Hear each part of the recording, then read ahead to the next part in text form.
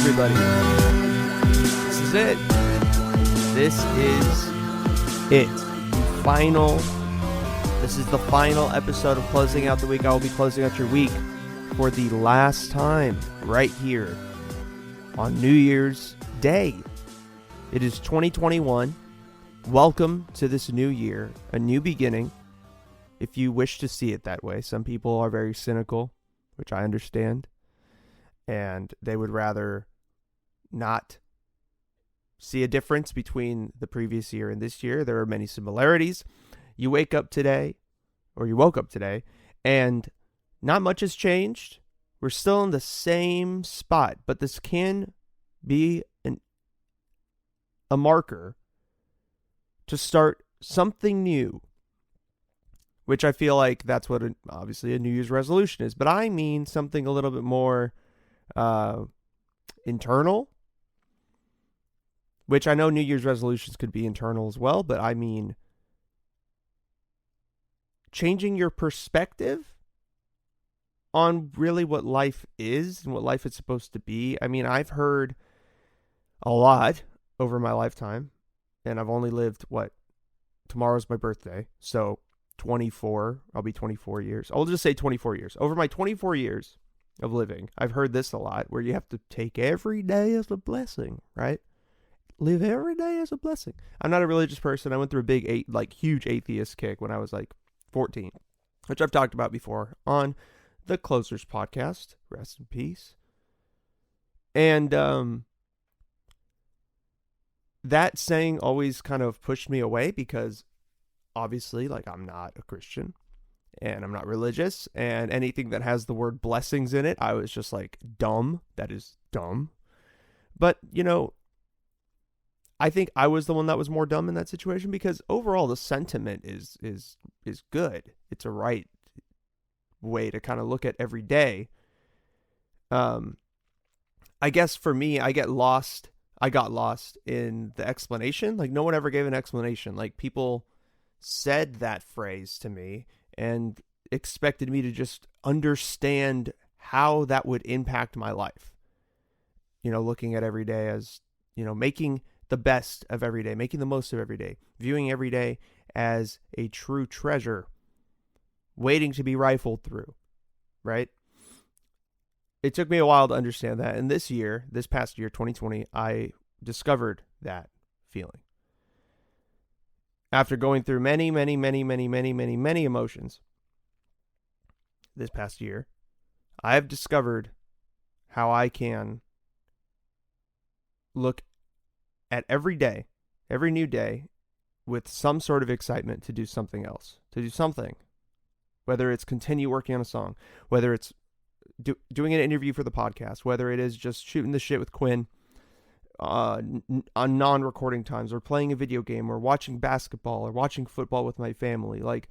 There's something I could look forward to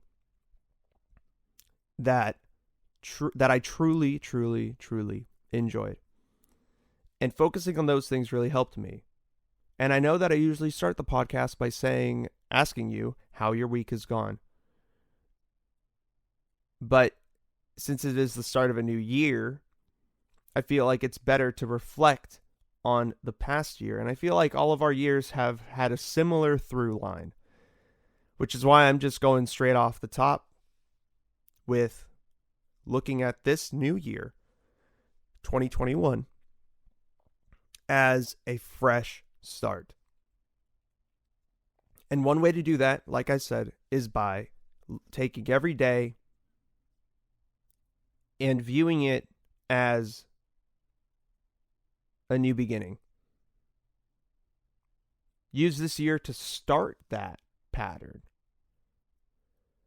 It's a good way to kickstart that pattern.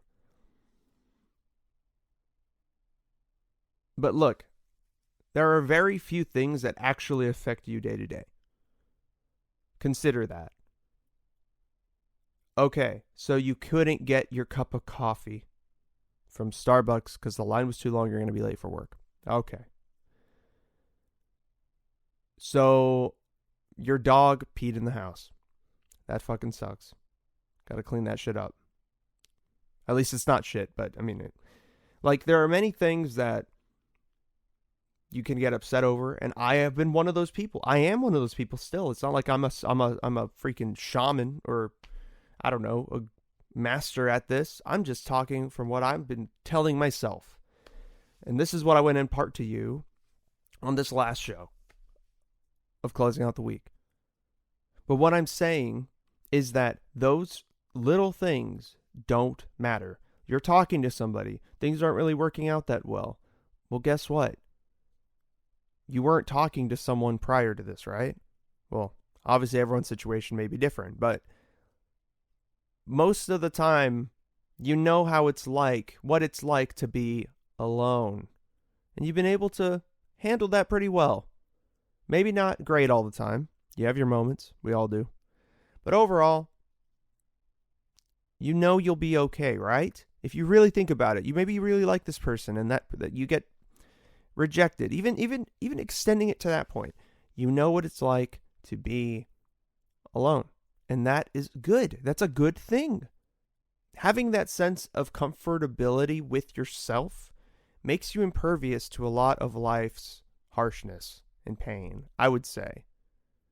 Speaking as somebody who has experienced some of life's harshness and pain this past year in various forms, which I have talked about on this show in the past, being with yourself, trusting yourself, and allowing yourself to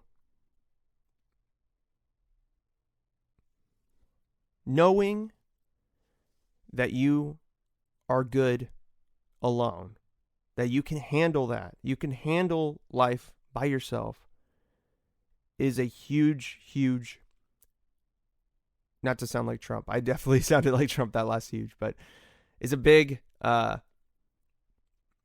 shield for one's heart and for one's psyche and ego. To me, I've kind of had to work that muscle a lot this year, doing things on my own. I know Gabby and Quinn love to make fun of me for it, but going to Sweden, being there by myself, having to navigate an entirely different country by myself, at least in the beginning, was pretty scary, and I had to figure it out. Being home here with basically just Luna around, my dog, which I talked about last episode, for a good 4 months, basically. It was just me and the dog during the days and actually nighttime too.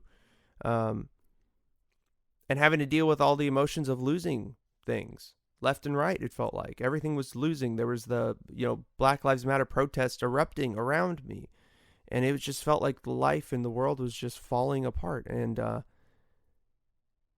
knowing, though, that I'm going to wake up the next day, I'm going to wake up the next morning, and we can try this again. That kept me going. That made me feel pretty powerful, that I could jump from day to day and be like, okay, this didn't work today. This is tragic. This is trash. But I can try again. As simple as that sounds, for me, that's what helped. So hopefully going forward into this next year, you can take some of my advice or wisdom or whatever you want to call it and maybe fester on that a little bit in a positive way. And maybe incorporate that to some degree, because I have had to do a lot of reflection this year, just like I've had to do a lot of reflection the past couple of years. And I feel like life is just all about reflecting. Now that I've gotten older, I'm about to be 24. Isn't that weird? I hate saying it. I hate saying it because I feel like, when I was like 21, it's like, okay, I'm a young kid. I'm a young man coming up in the world, trying to figure myself out. There's a lot of excuses just given to you being 21, being 18, even 22.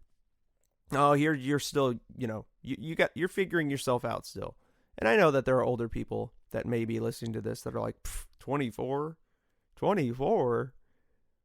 you don't know anything at 24. Okay, well, I mean, I probably, to you, I probably don't, and I will give you that respect. But for people around our age, in our demographic, I am at the ass end of that demographic now as being 24. So compared to my like friends that are maybe younger than me, I feel a lot older. And just like Quinn and I talked about on the last episode of the Closers podcast, I feel older also because of the previous job I held for like 5 years. So definitely didn't help out a lot. But regardless, reflecting, right? So like I said before, I kind of got off track with the whole 21 thing, but life I've seen that is all about reflecting. I've had to do that every year ever since I was like 15. I've been reflecting on myself, trying to figure out things about myself, trying to accept parts of myself. And I mean, I've always looked at the new year as a way to do that. It gives you like a great head start. Gives you a great excuse to take time for yourself and kind of look back on the past collection of time and figure things out from it. What did I do well? What did I not do well, right? And one of the things I took away from this year is looking at every day like it's a treasure. And I don't succeed in that all the time. I have my bad days where I just get pissed about everything and cynical. But I feel like I'm getting there. And I just hope if that is what you want for yourself too, you will get there soon as well. This is the last episode of Closing Out the Week. So I wanted to impart some sort of advice, some positivity to you. I've been trying to keep it really positive on the show ever since summer because I had realized in the beginning of the year when I first started, I was super negative about everything. I was just pissed and mad, and that's not fun for you to listen to, first of all, and second, that's not good for me. I used to think that releasing that anger and that sadness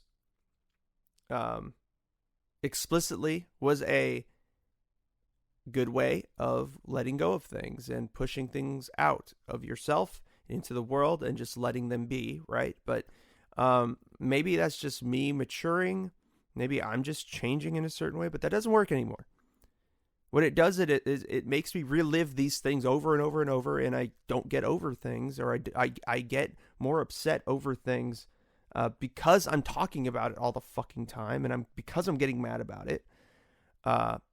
It makes me get even more mad, and it just becomes a snowball. So I don't even allow myself to get to that point anymore.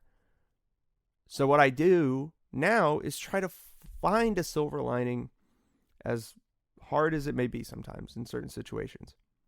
So that's what I've been working on a lot this year. I hope that maybe something I said here will help you go further this upcoming year and make 2021 light years better than 2020.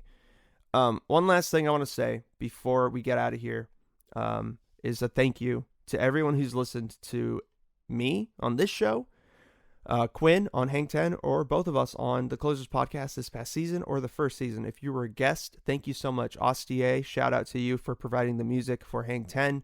We appreciate it a lot. I know Quinn does too. He forgot to mention that on the podcast on Monday, but he wanted me to tell you, big shout out, big thank you to Ostia. So there you go. Also, thank you to my parents and my family for supporting me and listening. Sometimes you guys were the only ones who listened to some episodes I saw. So thank you for that. I really, truly appreciate you, and I am really fortunate to be akin to you. And lastly, I just want to give a bit of kind of a fun fact. The intro and outro music for Closing Out the Week this season is a song called Deceiving that I made when I was 14 years old in Fruity Loops, a cracked version of Fruity Loops. Which for people that don't know, like audio production and stuff, that probably sounds like I did drugs, but no, it was an illegal version of the digital audio workstation known as FL Studio, other words, Fruity Loops, FL, Fruity Loops. And yeah, I made that because I was super into dubstep. And we needed intro music for this show, and I didn't want to just use some random song off the internet that we've done in the past. I wanted it to have some sort of connection to me, and so I found that song on YouTube. I don't have the original file anymore, but I ripped it from YouTube. Thank goodness for YouTube to MP3. And there we go. We have the intro and outro music for it. It is on YouTube if you want to listen to it. I mean, my DJ name or my artist name from back in the day was called Army of Numbers, all one word. So if you want to go and listen to the whole song, you can go and do that. There's like 2 or 3 other songs as well, I believe. But regardless, that's just a little tidbit of a fun fact for you to close out this episode. And we're finally done with this project. It has been a whirlwind. There's been a lot of ups and downs, like with anything, but I've grown a lot. And I don't want to. And I've grown a lot thanks to all of you and your support. Big shout out one last time to Kylie Juarez for listening and reaching out and telling me to keep going with this project. You are great and you're awesome, and I appreciate you in a bevy of ways for just being yourself and taking time to support someone who's really going for it. And you definitely don't have to, but you are, and that's what means a lot to me. Same for Amy Alstrom as well. I shouted both of you guys out on the last episode of the Closers podcast, but thought I'd do it here too, just because you guys have impacted me a lot, and hearing from both of you this year helped me get through it. So thank you again, and that's all I got for you. Make 2021 as good as you want it to be. Some things cannot be helped, but most things, I say, can be. So self-reflect, people. It's the best way to move forward, and that's what we're doing with this podcast, is moving forward and pulling the plug. If you want to follow me on my personal Instagram, I'm at MARC_AVACADO, at Mark_avocado. If you want to follow Quinn, at Quintessential39. And that's all we got. Thank you for this journey. It's cool to see it finally come to an end in the way that we wanted it to go out. Until next time, take care.